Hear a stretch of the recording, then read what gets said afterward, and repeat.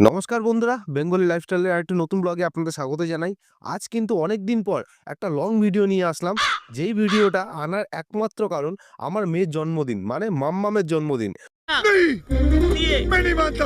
আপনারা যদি আমাদেরকে ভালোবেসে থাকেন তাহলে কিন্তু চ্যানেলটি অবশ্যই সাবস্ক্রাইব করবেন, ভিডিওটা পুরোটা দেখুন। আর যদি ভালো লাগে তাহলে অবশ্যই একটা লাইক করবেন, কমেন্ট করবেন। कौन है ये लोग?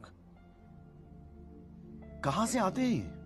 তো চলুন, আজকের আমাদের বাড়িতে যে অনুষ্ঠানটা ছিল, অতএব মাম্মামের জন্মদিনটা আমরা কিভাবে সেলিব্রেট করলাম সেটাই আপনাদের সামনে তুলে ধরবো। अभी मजा आएगा ना भिड़ो। তো এই বছর মাম্মাম ৩ বছরে পা দিল। এই বছরের জন্মদিনটা কিন্তু আমাদের এত বড় করে করার কোনো রকম চিন্তাভাবনাই ছিল না। আমরা ভেবেছিলাম সামান্য কিছু লোকজন বা সামান্য বাড়ির আশেপাশে কিছু লোকজন বা আমার বন্ধু-বান্ধব নিয়ে কিন্তু ব্যাপারটাকে শেষ করে দেবো। हरामी हो बेटा। কিন্তু কোনো কারণবশত বা এটাও বলতে পারেন যে এবছর অনেকের বাড়িতে নিমন্ত্রণ খাওয়া হয়ে গেছে, যার জন্য তাদেরকেও একবার নিমন্ত্রণ করাটা আমাদের একটা কর্তব্যের মধ্যে চলে এসেছিল। সেই জন্যই কিন্তু আমরা কোনো রকমভাবে জন্মদিনটা করার জায়গায় জন্মদিনটা গিয়ে দাঁড়ালো প্রায় ১০০-১৫০ জনের কাছাকাছি। তো যাই হোক না কেন, একটা বড় দায়িত্ব বলে কথা, কারণ এতগুলো মানুষকে ইনভাইট করব, তারা যদি এসে সঠিক আপ্যায়ন না পায় তাহলে কিন্তু জিনিসটা খুবই খারাপ দেখায়।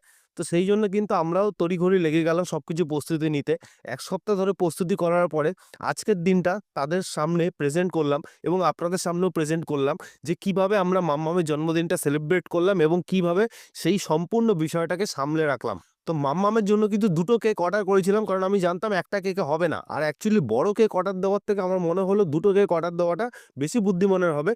কারণ কি, ফ্লেভারটা আলাদা পাওয়া যাবে, ফ্লেভারটা আলাদা করা যাবে, যাতে অনেকেই মনে করে যে চকলেট খায় না, অনেকে ভ্যানিলা খায় না, অনেকে স্ট্রবেরি খায় না। তো সেই সমস্যাটাও কিন্তু অনেকটা মিটে যাবে। তার জন্যই ২ টো কেক অর্ডার করেছিলাম। তো মাম্মাম কেকগুলো কাটলো।